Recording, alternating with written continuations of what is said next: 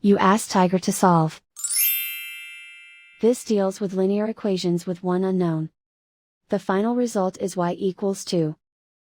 Let's solve it step by step. Simplify the expression. Expand the parentheses. Simplify the arithmetic. Multiply the coefficients. Expand the parentheses. Simplify the arithmetic.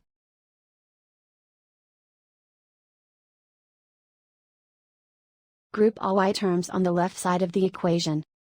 Subtract 3y from both sides. Group like terms. Simplify the arithmetic. Group like terms. Simplify the arithmetic. Group all constants on the right side of the equation. Subtract 8 from both sides. Simplify the arithmetic.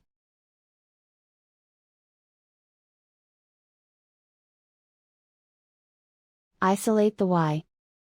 Divide both sides by 3. Simplify the fraction.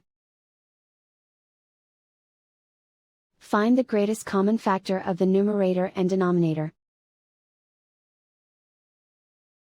Factor out and cancel the greatest common factor.